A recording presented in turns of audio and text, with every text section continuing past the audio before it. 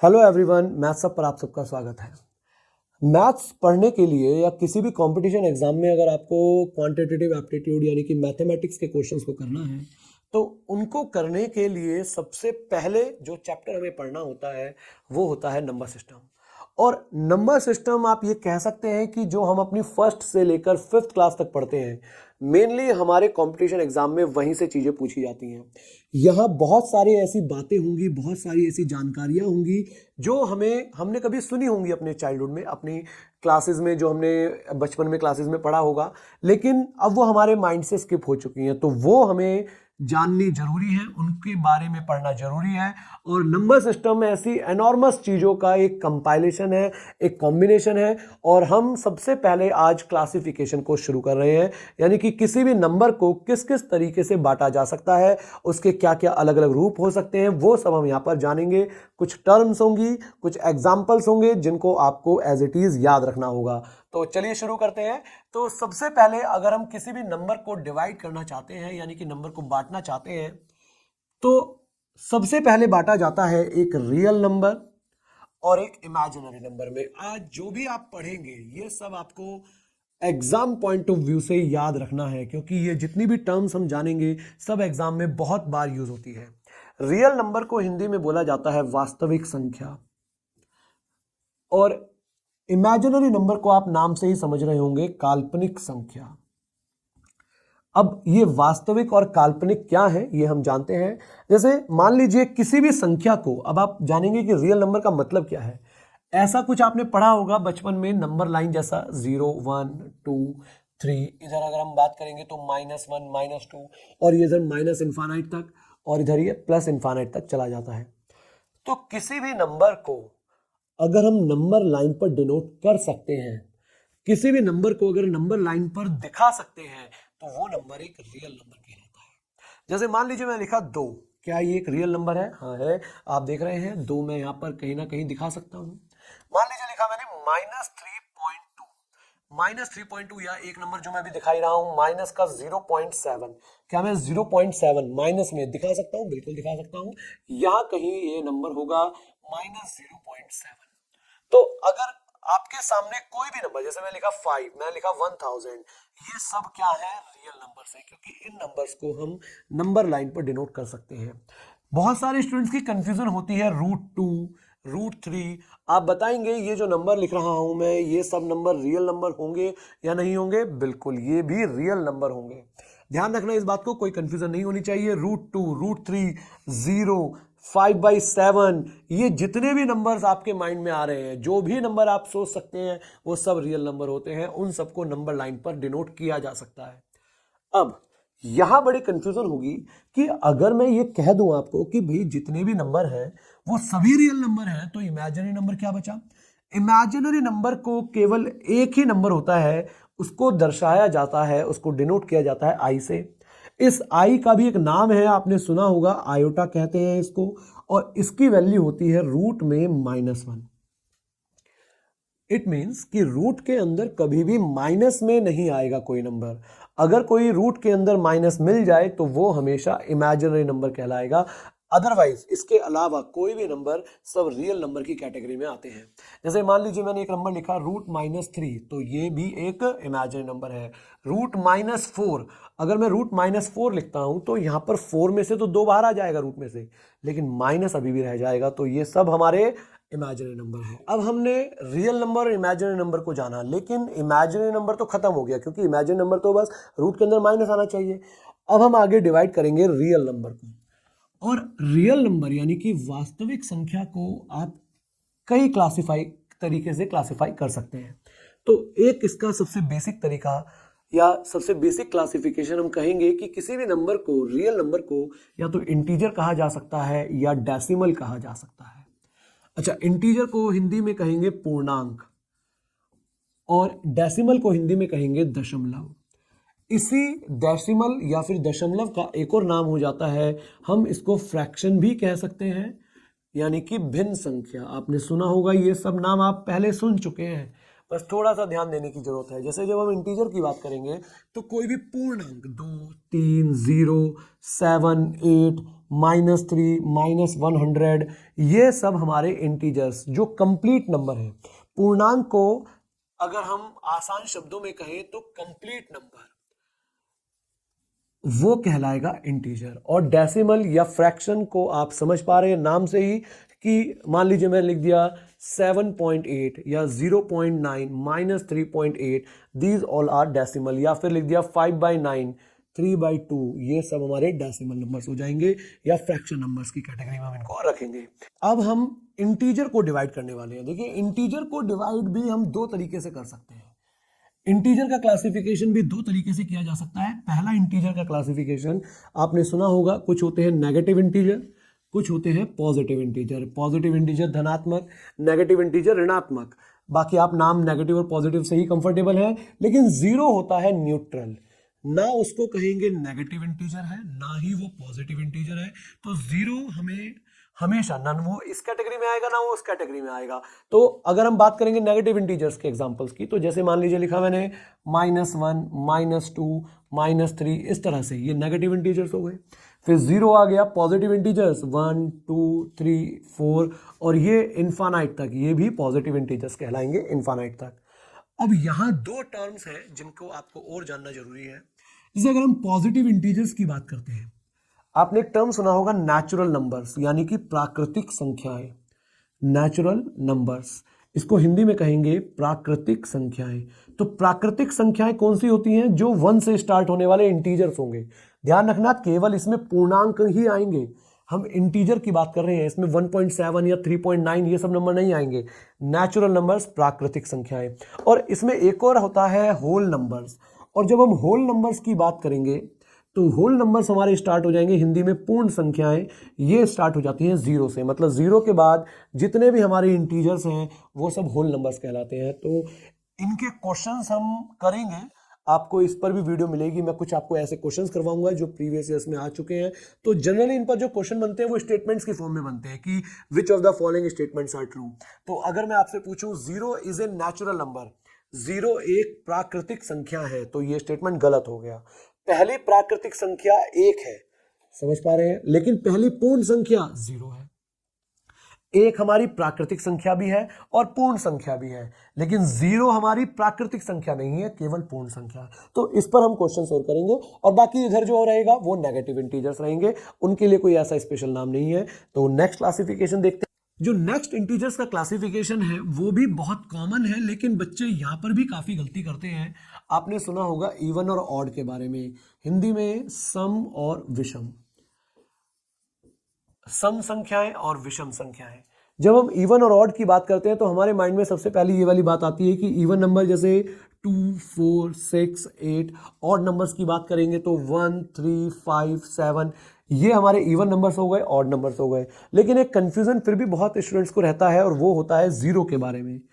अब मैं अगर आपसे पूछूं जीरो इवन है या ऑड है, जैसे पिछली बार हमने अभी इंटीजर का क्लासिफिकेशन देखा था नेगेटिव और पॉजिटिव, तो वहां हमने देखा कि जीरो ना नेगेटिव था ना पॉजिटिव था। लेकिन अगर हम इवन और ऑड के क्लासिफिकेशन की बात करते हैं तो ध्यान रखना इसको, always zero is an even number. Zero हमेशा एक सम संख्या है, इसमें आपको कोई कंफ्यूजन नहीं होनी चाहिए। आप इस तरह से भी इसको समझ सकते हैं कि वो संख्या जो 2 से डिवाइड होती हो वो इवन है, और जीरो 2 से डिवाइड हो जाएगा पूरी तरह से। आप देखेंगे जीरो को जब आप 2 से डिवाइड करोगे जीरो पर जाएगा तो रिमाइंडर जीरो बच गया, और रिमाइंडर जीरो बचने का मतलब जीरो 2 से डिविजिबल है। और इतना ज्यादा डिटेल में जानने की जरूरत नहीं है आप, क्योंकि कंपटीशन एग्जाम, बाकी हाँ फिर भी ये सब चीजें हमें पता होनी चाहिए।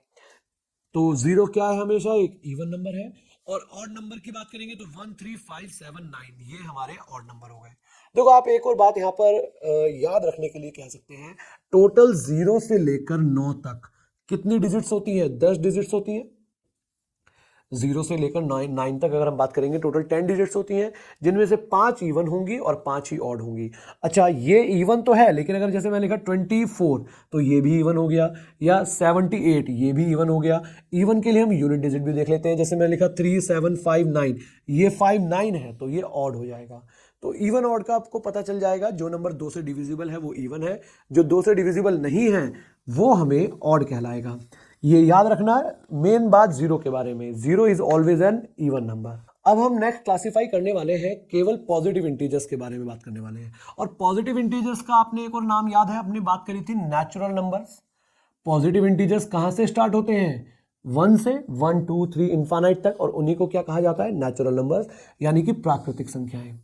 और ये भी अगेन एक इंपॉर्टेंट क्लासिफिकेशन है, इसको डाल लीजिए प्राइम नंबर और कंपोजिट नंबर। सुना होगा आप लोगों ने ये दोनों भी, प्राइम नंबर और कंपोजिट नंबर। ऑल्दो मैं इन छोटे छोटे टॉपिक्स, ये जैसे प्राइम नंबर कंपोजिट नंबर हुआ, इवन नंबर या ऑड नंबर्स, इनके ऊपर भी पूरा मैं एक एक आपको लेक्चर तैयार करने वाला हूं, जिसमें जो भी क्वेश्चन हमारे प्राइम नंबर या कंपोजिट नंबर से पूछे जा सकते हैं। उसी तरह अगला टॉपिक हम पढ़ेंगे रेशनल इरेशनल, तो इनको हम सेपरेटली भी पढ़ेंगे ताकि कोई भी कंफ्यूजन आपको किसी भी तरह की ना रहे। लेकिन अभी हम एक जनरल क्लासिफिकेशन देख रहे हैं इस वीडियो में, ताकि एक आपको जनरल आइडिया मिल जाए। तो प्राइम नंबर और कंपोजिट नंबर एक और हमारा क्लासिफिकेशन है। प्राइम नंबर को हिंदी में बोलते हैं अभाज्य संख्याएं, अभाज्य, और कंपोजिट नंबर को बोला जाता है भाज्य संख्याएं। अभाज्य संख्याएं की परिभाषा क्या होती है, इसको समझना जरूरी है। बचपन में तो हमने पढ़ लिया कि जिसके जो खुद से डिविजिबल हो और एक से, वो प्राइम नंबर कहलाता है। लेकिन एक्चुअली में प्राइम नंबर की डेफिनेशन बेटा जानिए कि कोई भी संख्या जिसके एग्जैक्टली 2 फैक्टर्स होंगे। जैसे 3 है, 3 के एग्जैक्टली कितने फैक्टर हुए? 2 फैक्टर हुए, 1 और 2, तो ये हमारा एक प्राइम नंबर है। जैसे लिखा 5 के भी 2 ही फैक्टर हैं, 1 और 5। वो क्या है, वो एक बात सेकेंडरी है, लेकिन पहला क्या पॉइंट है? एग्जैक्टली 2 फैक्टर्स होने चाहिए। जैसे अगर मैं बात करता हूं 4 के, तो जिसके 2 से ज्यादा फैक्टर होंगे, 9, 1, 3, 9, जिसके भी 2 से ज्यादा फैक्टर होंगे वो कहलाएगा कंपोजिट नंबर। अब अगर हम बात करते हैं 1 के बारे में, तो 1 का एक ही फैक्टर है 1, और क्योंकि 1 का एक ही फैक्टर है 1, तो वो ना प्राइम की डेफिनेशन में आ रहा है ना कंपोजिट की डेफिनेशन में आ रहा है। It means 1 is neither prime nor composite. ये लिख लेना साथ साथ चीजों को, एक ना ही प्राइम है ना ही कंपोजिट है, एक ना अभाज्य है और ना ही भाज्य है। तो सबसे छोटी अभाज्य संख्या की भी अगर हम बात करेंगे तो वो 2 होगी, क्योंकि आप देखेंगे 2 किस किस से डिविजिबल है। अच्छा, मैंने यहां 2 लिख दिया था, 3 लिख दिया इसको। 2 किस किस से डिविजिबल है? 1 से और 2 से, तो इसके भी 2 फैक्टर है, इसीलिए 2 हमारा, यानी कि 2 is the least prime number. ये सब बातें आपको लिख लेनी है अपनी कॉपी में, केवल वीडियो देखने से काम नहीं चलेगा। जो भी आप वीडियो में सुन रहे हैं, जो भी आप यहाँ पर देख रहे हैं, उन सबको आप साथ साथ नोट करते चलें। एक अलग से नोट कॉपी बनाकर इन सब पॉइंट्स को लिखते जाएं। तो हमें पता चला प्राइम नंबर के बारे में, जिसके एग्जैक्टली 2 फैक्टर्स हों। कंपोजिट नंबर जिसके 2 से ज्यादा फैक्टर हो। 1 ना प्राइम है ना कंपोजिट, 2 सबसे छोटा प्राइम नंबर। ठीक है, नोट कर लीजिए इसको। और अब हम चलते हैं अपने लास्ट क्लासिफिकेशन की तरफ, और लास्ट क्लासिफिकेशन है हमारा, रियल नंबर को डिवाइड कर सकते हैं हम रेशनल और इरेशनल नंबर्स में, और यही सबसे इंपॉर्टेंट क्लासिफिकेशन है। सबसे ज्यादा कॉम्पिटिशन्स में क्वेश्चन यहां से बनते हैं, और इसका भी अपना एक रीजन है, क्योंकि ये थोड़ा कंफ्यूजिंग भी है। यहां पर आपको बहुत सारी बातों का फिर से ख्याल रखना पड़ेगा। तो सबसे पहले हम जानते हैं कि रेशनल नंबर क्या होता है। देखिए, किसी भी नंबर को अगर हम फ्रैक्शन की फॉर्म में लिख सकते हैं, मान लीजिए मैं लिखा p/q, जहां पर q 0 के बराबर नहीं होना चाहिए। अगर हम किसी नंबर को p/q के रूप में लिख सकते हैं तो वो नंबर हमारा रेशनल नंबर कहलाता है। और किसी भी संख्या को अगर p/q के रूप में नहीं लिख सकते तो वो इरेशनल नंबर कहलाता है। ये तो हो गई इसकी परिभाषा, लिख लेना इस बात को। Any number that can be represented in the form of p/q where q is not equal to 0, that is a rational number. Irrational number, if a number cannot be represented in the form of p/q, यदि किसी संख्या को p/q के रूप में लिख सकते हैं जहां q 0 के बराबर नहीं है तो वो परिमेय संख्या है। यदि किसी संख्या को p/q के रूप में नहीं लिख सकते तो वह एक अपरिमेय संख्या है। लेकिन अब इसके एग्जाम्पल समझते हैं जो कि हमारे लिए बहुत इंपॉर्टेंट है। जैसे मान लीजिए मैंने एक नंबर लिखा, और अब आप देखेंगे ध्यान से क्योंकि बहुत सारी चीजें यहां पर हम पढ़ने वाले हैं। मान लीजिए मैं लिखा 2, क्या ये रैशनल नंबर है? बिल्कुल है, क्योंकि आप इसको अपॉन में 1 लिखेंगे, p/q के रूप में आ गया। मान लीजिए मैं लिखा -3.78, ये रैशनल है? बिल्कुल है, ये भी डेसिमल हटा देंगे, नीचे 100 आ जाएगा, अगेन p/q आ गया। मैंने लिखा 5.375429817694।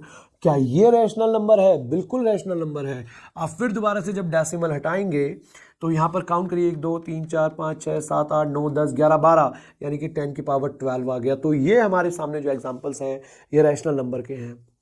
जैसे मान लीजिए लिखा मैंने पाई। अब आप बताइए पाई रैशनल नंबर है इररेशनल नंबर? माइंड इट, इस बात में भी बहुत सारे स्टूडेंट्स कंफ्यूज हो जाते हैं। Pi is always an irrational number. ध्यान रखना, पाई एक अपरिमेय संख्या है। आपको पता होगा पाई की वैल्यू होती है 22/7, या पाई की वैल्यू होती है 3.14। और अगर ऐसा होता कि पाई की वैल्यू एग्जैक्ट 22/7 होती या एग्जैक्ट 3.14 होती तो ये रैशनल नंबर होना चाहिए था। लेकिन यहां आप इस बात पर गौर करिए कि ये इसके लगभग मान हैं। These are not its exact value. Pi की ये एग्जैक्ट वैल्यू नहीं है। इसकी अगर हम वैल्यू निकालने की कोशिश करते भी हैं तो 3.142857 और इस तरह से चलते चले जाएंगे, इनफाइनाइट तक चलते चले जाएंगे। ये कभी भी रिपीट नहीं करेगा और ना ही इसका एंड आएगा। तो इसीलिए पाई एक इररेशनल नंबर है। इसको हम P/Q के रूप में नहीं लिख सकते। ये बात आपको ध्यान रखनी है। लाइक पाई अगर हम बात करते हैं √2, इसकी वैल्यू आपने सुना होगा 1.414 होती है, लेकिन ये इसकी अगेन लगभग मान है। √3, √5, ये सब जो आपके सामने मैं एग्जांपल्स लिख रहा हूं ये सब हमारे इररेशनल नंबर्स हैं। एक लास्ट नंबर और जिसके बारे में हमें जानना जरूरी है, जिसमें जनरली स्टूडेंट्स कंफ्यूज होते हैं। जैसे मान लीजिए लिखता हूं मैं 0.2 बार। अब बार का मतलब क्या हुआ? जो 0.2 बार, जैसे अगर 0.2 बार की बात करें तो 0.2222 और ये कितनी बार आएगा? इनफाइनाइट बार आएगा। तो ये नंबर हमारा रैशनल होगा या इररेशनल होगा? देखिए वैसे तो मैंने आपके सामने लिखा ही है, ये हमने किस कैटेगरी में लिखा है? रैशनल नंबर की कैटेगरी में। तो अगेन इस बात को ध्यान रखना, ये हमारा रैशनल नंबर है। अच्छा, ये रैशनल क्यों है इसके ऊपर, इसके बारे में हम बात करेंगे जब हम अलग से सेपरेटली रैशनल और इररेशनल के बारे में बात करेंगे, जो कि आने वाली वीडियोज में आपको मिल जाएगा। और जैसे मान लीजिए मैं लिखता हूँ 0.37 बार, तो ये भी एक क्या है? रैशनल नंबर है। लाइक मैं लिखा 0.9427 बार, ये भी हमारा रैशनल नंबर है। तो क्या समझ में आया? जब भी हमारा डेसिमल के बाद डिजिट्स के ऊपर बार लग जाए तो वो एक परिमेय संख्या कहलाती है, रैशनल नंबर कहलाता है। तो ये हमने नंबर सिस्टम में बेसिक यानी कि सबसे बेसिक पार्ट यानी कि इनका क्लासिफिकेशन को समझा, थोड़ा सा जाना। बाकी इनकी डिटेल क्लासिफिकेशन हम और जानेंगे, डिटेल इनके एग्जांपल्स और जानेंगे, इन पर क्वेश्चंस किस तरह से पूछे जाते हैं वो जानेंगे। तो इस तरह की और वीडियोस के लिए बने रहिए हमारे साथ। अगर आपको ये वीडियो पसंद आई है तो इसको लाइक करिए, ज़्यादा से ज़्यादा शेयर करिए, और हाँ, चैनल को सब्सक्राइब अगर नहीं किया है तो चैनल को जरूर सब्सक्राइब कर लीजिए, ताकि आप किसी भी कॉम्पिटिशन एग्जाम की तैयारी कर रहे हैं तो उसमें आपको इससे काफ़ी बेनिफिट मिलने वाला है। मिलते हैं फिर नेक्स्ट वीडियो में। Thank you.